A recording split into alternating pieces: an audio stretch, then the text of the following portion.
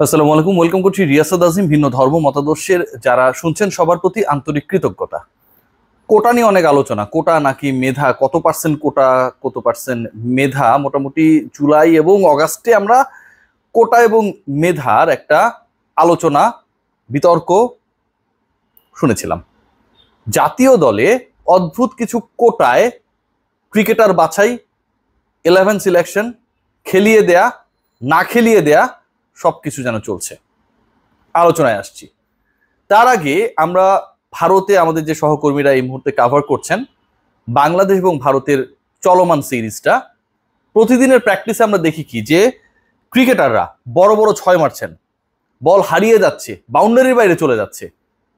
প্র্যাকটিসের সেই ছয়গুলো সত্যিকার ম্যাচে যখন টিম টাইগার্স খেলতে নামে টিম ইন্ডিয়ার বিপক্ষে, প্রত্যেকটাই লোপ্পা ক্যাচ, মিস টাইমিংয়ে ভরপুর। এমন ভেলকি খাচ্ছেন ব্যাটাররা শর্ট সিলেকশন করতে গিয়ে, মনে হচ্ছে তার আন্তর্জাতিক ক্রিকেটে একেবারেই নবিশ। অথচ ভারতের যেই দলটার বিপক্ষে টিম টাইগার্স এভাবে বাজেভাবে অসহায়ভাবে আত্মসমর্পণ করলো, পরাজিত হলো, এটাকে ধরা হচ্ছে টিম ইন্ডিয়ার বি অথবা সি টাইপের টিম। এমন একটা দলের বিপক্ষে বাংলাদেশ খেলতে নামলো যেই দলটা তাদের বিশ্বকাপের পরে এই সিরিজ খেলার আগে 27 জন ক্রিকেটারের এক্সপেরিমেন্ট করেছে। সেই বাংলাদেশ এমন এক দলের বিপক্ষে খেলতে নামলো যে দলটা বাংলাদেশের জন্য এতটা ভয়ঙ্কর হয়ে গেল যে বাংলাদেশের ব্যাটিং এর ইনিংসে পাওয়ার প্লে লাস্ট ওভারটাকে আমাদের মেডেন দিতে হয়েছে। ভাবা যায়, ষষ্ঠ ওভার মেডেন দিয়েছি আমরা। লেটস ডিসকাস অ্যাবাউট দ্য কোটা।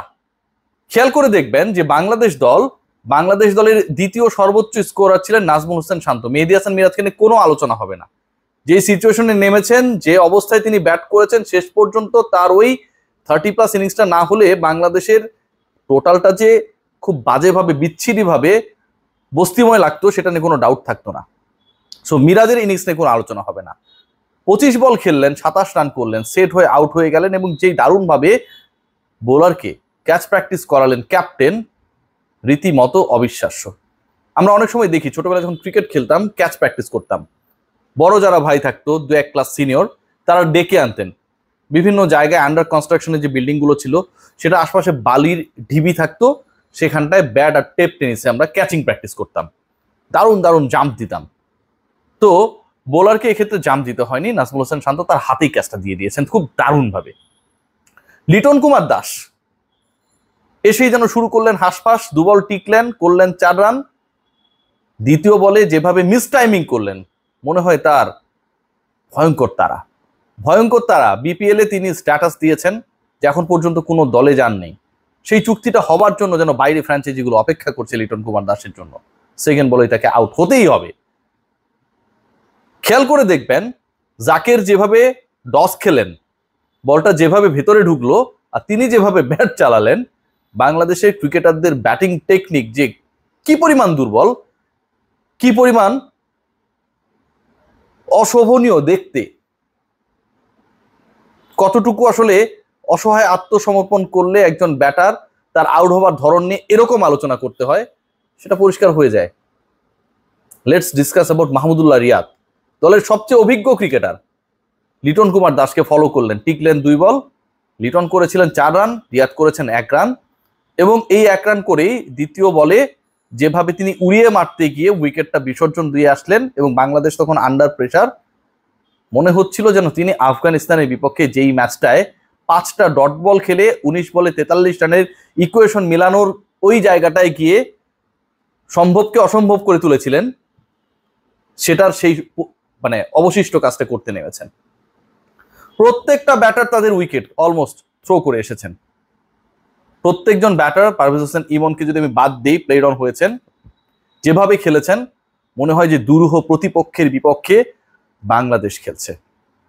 মনে হচ্ছে খেলাটা হচ্ছে বাংলাদেশ ভার্সেস ইন্ডিয়ার বি টিম না, এখানে হংকং টাইপের কোন একটা দল যেন বাংলাদেশ অ্যান্ড টিম ইন্ডিয়া তাদের বিপক্ষে মুখোমুখি হয়েছে। খেয়াল করে দেখবেন যে পুরো দলের 11টা যদি আমরা দেখি, সেই 11-এ কি পরিমাণ পক্ষপাত, দুষ্টতা। সবশেষ বিশ্বকাপের সেরা পেসার তানজিম সাকিব নেই, যেই ক্রিকেটার অকুত ভয়, যেই ক্রিকেটার বাংলাদেশের পেস ডিপার্টমেন্টের সব ক্রিকেটারের থেকে টপ পারফর্মার, তাকে বিশ্বকাপের পরের সিরিজটার প্রথম ম্যাচটায় আমরা বাদ দিয়ে দিলাম। 11 এই সুযোগ পেলেন না। সিলেকশন প্যানেল এখানে তো কোনো কিছু করার নেই, তারা সিলেক্ট করেছেন। কিন্তু এই দল যারা গড়লেন, যে পণ্ডিতরা এই দলটা গড়লেন, পণ্ডিত চান্ডিকা হাথুরু সিংহে অথবা তার সাথে যারা গড়লেন, তারা করলেনটা কি?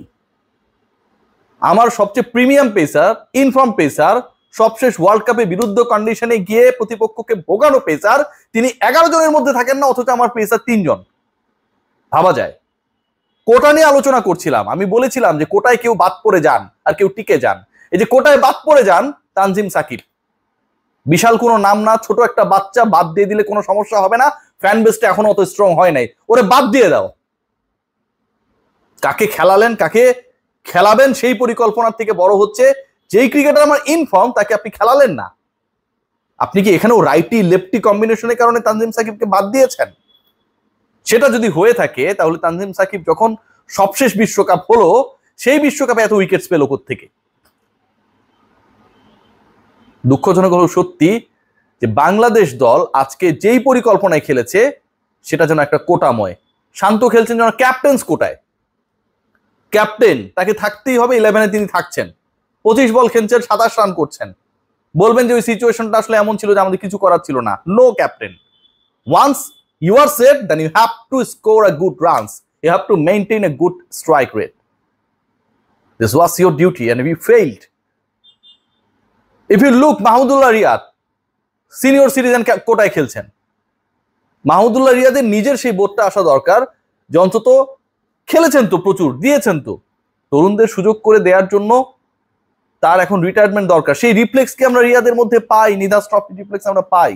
ইভেন 2023 ওয়ার্ল্ড কাপে মাহমুদুল্লাহ রিয়াদ যে ওয়েতে খেলেছেন, যেভাবে খেলেছেন, সেই রিয়াদকে কি আমরা দেখি? সবশেষ বিশ্বকাপে যে রিয়াদকে আমরা 95 স্ট্রাইক রেটে ব্যাট করতে দেখেছি, সেই রিয়াদের প্রতিচ্ছবি আজকে ছিল। দ্বিতীয় বলে আউট হয়ে গেলেন, বাংলাদেশের উপর প্রেসার বেড়ে গেল। কেউ যেন এখানটায় খেলতেই এসেছেন, সবাই যেন এখানটায় খেলতেই এসেছেন যে যত দ্রুত ড্রেসিং রুমে ফেরা যায়। বাংলাদেশ শেষ পর্যন্ত 20 ওভারও খেলতে পারে না। বাংলাদেশ শেষ পর্যন্ত যেভাবে দুমড়ে মুচড়ে যায়, যেভাবে বল আসার আগেই ব্যাটাররা ব্যাট চালায়, যেভাবে স্পিন কোন দিকে ঘুরবে সেটা বুঝতে আমরা ব্যর্থ হই, যেভাবে সিনিয়র সিটিজেন কোটায়, ক্যাপ্টেন কোটায় কারো কারো জায়গা ফিক্সড হয়ে থাকে, আবার কেউ পারফর্ম করার পরেও 11-এ সুযোগ পায় না, এগুলোকে আপনারা কি বলবেন? আমি যদি বলি এগুলোকে বলতে হবে নোংরামি, তাহলে আমার ভাষাটা খারাপ শোনাবে, তাই আমি বললাম না নোংরামি। আমি যদি বলি যে এগুলোকে যদি বলা হয় পক্ষপাত, দুষ্টতা, তাহলে বলবে যে এটা আমাদের টিম ডিসিশন ছিল, management had taken this decision, এটা আমাদের সম্মিলিত সিদ্ধান্ত। বাংলাদেশের সম্মিলিত সিদ্ধান্তগুলো এত বেশি অসার, এত বেশি অপরিপক্ক যে বাংলাদেশ বিশ্বকাপের সেমিফাইনালে যাবার ইকুয়েশন মিলাতে চায় না সম্মিলিত সিদ্ধান্তের কারণে। বাংলাদেশ ভারতের বিপক্ষে সত্যি সত্যি যেই 11টা সেরা 11, সেই 11 নামাতে চান না শুধুমাত্র পক্ষপাত, দুষ্টতার কারণে। তানজিম সাকিবের বাদ পড়া বাংলাদেশ হয়তো হারতই, সে খেললেও হারতো। এক কথায় অন্যায়, অবিচার। এই ছেলেটার সাথে আপনারা ঠিক কাজ করেন নাই, যেই করেন না কেন। একই সাথে রিয়াদ এবং শান্ত টি-20 ক্যারিয়ার নিয়ে ভাবার সময় এসেছে। তারা নিজেরা ভাববেন না, ফর শিওর যারা ভাবার তারা কি ভাবছেন। সবাই ভালো থাকবেন।